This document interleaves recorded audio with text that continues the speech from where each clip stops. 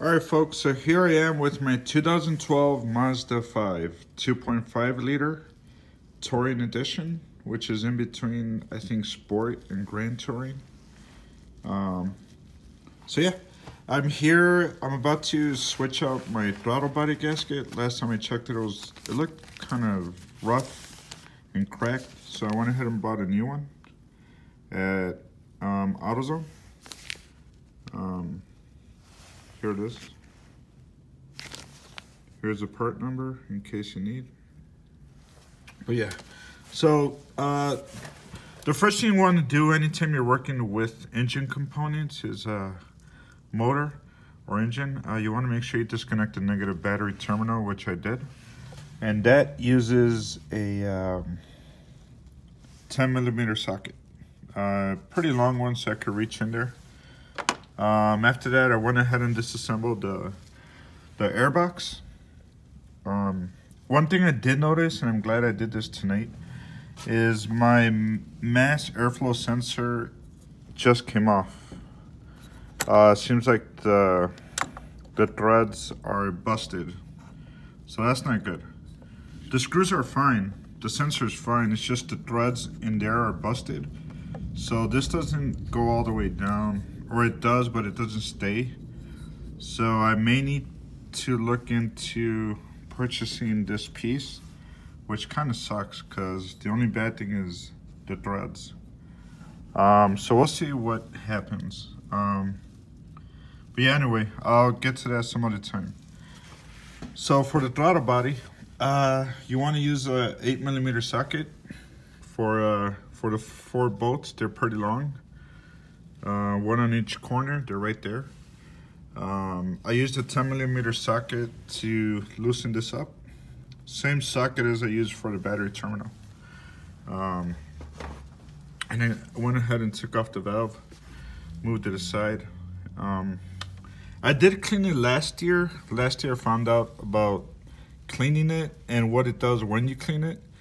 So your throttle body, that's where all the air goes in, and this opens. Mine's is electrical, and it opens when you hit the gas, of course. And last year it was black, and I thought that was the color, but it's not. This is a color. So I cleaned it pretty good. It's been about 5 months, and it still looks pretty good. I see it's building up again, but I'm not going to clean it tonight because it's late.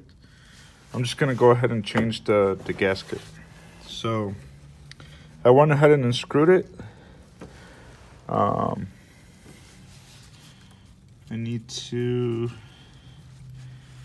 may need to disconnect it, I think. I forgot, or maybe not. I think I could get away with just freeing it a little bit somehow. Yeah. So I'm gonna go ahead and switch out my socket for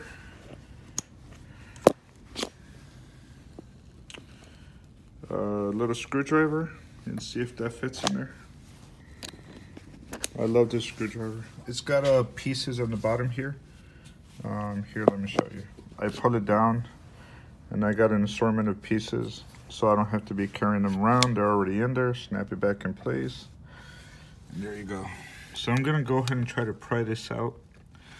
I'm gonna be gentle, as I don't wanna mess. There you go. Pretty easy. So that's the original gasket. I don't think it's ever been changed, ever. Pretty dirty, grimy. It's got a couple cracks in there, so yeah, that's it. I'm gonna go ahead and size it up, make sure that's the one, and it is. I was pretty worried when I bought it. It seemed a little too small, but I think that's I was wrong. It is the fit. It looked a little small, and I went back, I even asked them, and they said, no, it's the one. So, yeah, I think I should have removed all this stuff, all these hoses, but it was a lot of work, and I'm only doing one little job, so I don't want to complicate myself too much as it is. So I mean, it's just one little gasket. I don't think I need to remove all this stuff. There you go. Pretty good. So it's in pretty good. I'm gonna go ahead and assemble my throttle body again. And sounds like somebody's racing.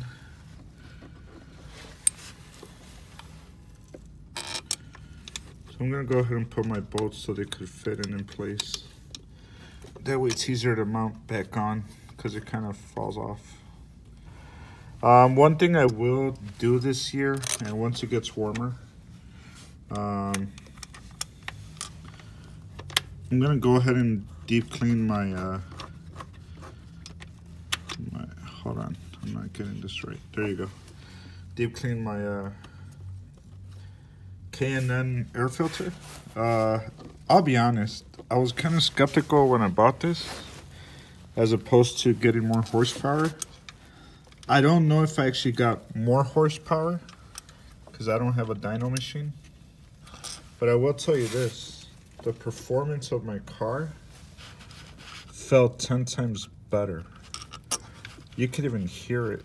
I won't say that it sounded like a cold air intake, but you could hear the airflow. I don't know how to explain it. It sounded better.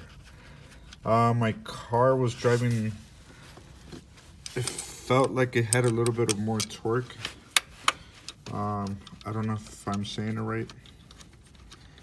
Like I said, I don't know how to explain it. It just felt better. So I want to keep it, and I'm gonna go ahead and clean it. And what did I do? All right, and fixing my ratchet. All right, so there you go. So it's a 8mm ratchet. Last night I went ahead and installed new sway bar links, which was very useful. Huge difference in my ride. A little bit smoother. My turns are better when I make turns, especially on the expressway when I'm going 40 to 60. Much smoother. My car doesn't sway as much. So just a small improvement to make my car feel much better. I will go ahead and order the new sway bars. I found some Megan Racing sway bars for my car for 190 bucks with brand new bushings. So I'm gonna go ahead and order those sometime next week. I'm gonna go ahead and put the phone down because I'm having a hard time putting it back together with one hand. I'm not good at multitasking with the camera yet. I don't have that kind of experience yet, so I apologize. And I'm very happy.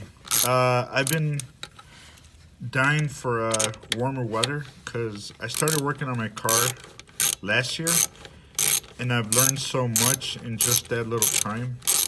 And I'll be honest, it was all through YouTube videos and Mazda forums. I'm part of a group of a Mazda 5 club, and the people there are so helpful. And I've learned a lot, and I've saved, I'll tell you, everything I've done, I've saved a lot of money. I haven't calculated yet how much I've saved, but I'm rounding it out to be close to, with the improvements I've done to my car and the regular maintenance, such as oil changes and transmission oil change. I did one. I did my brakes, my discs, my sway bars, my rear shocks, my control arms, my ball joints. I even changed out the valve gasket on my header, on my motor head, because it was leaking oil into my spark plugs, which is not good. It was a bad gasket. It was already broken. In between everything, I'm guessing close to 3,000. Labor is very expensive in dealerships and even mechanic shops. They charge a lot per hour. They range from $75 an hour to $150 an hour. Especially when it comes to dealers, they're not shy about their prices, and you know, more power to them. They went to school and everything, so. But I'm not. I don't have that kind of money, and I love learning. And I'm a hands-on, do-it-yourself type of guy, so I went ahead and saved a lot of money. So there you go. I went ahead and reassembled the box. Gonna go ahead and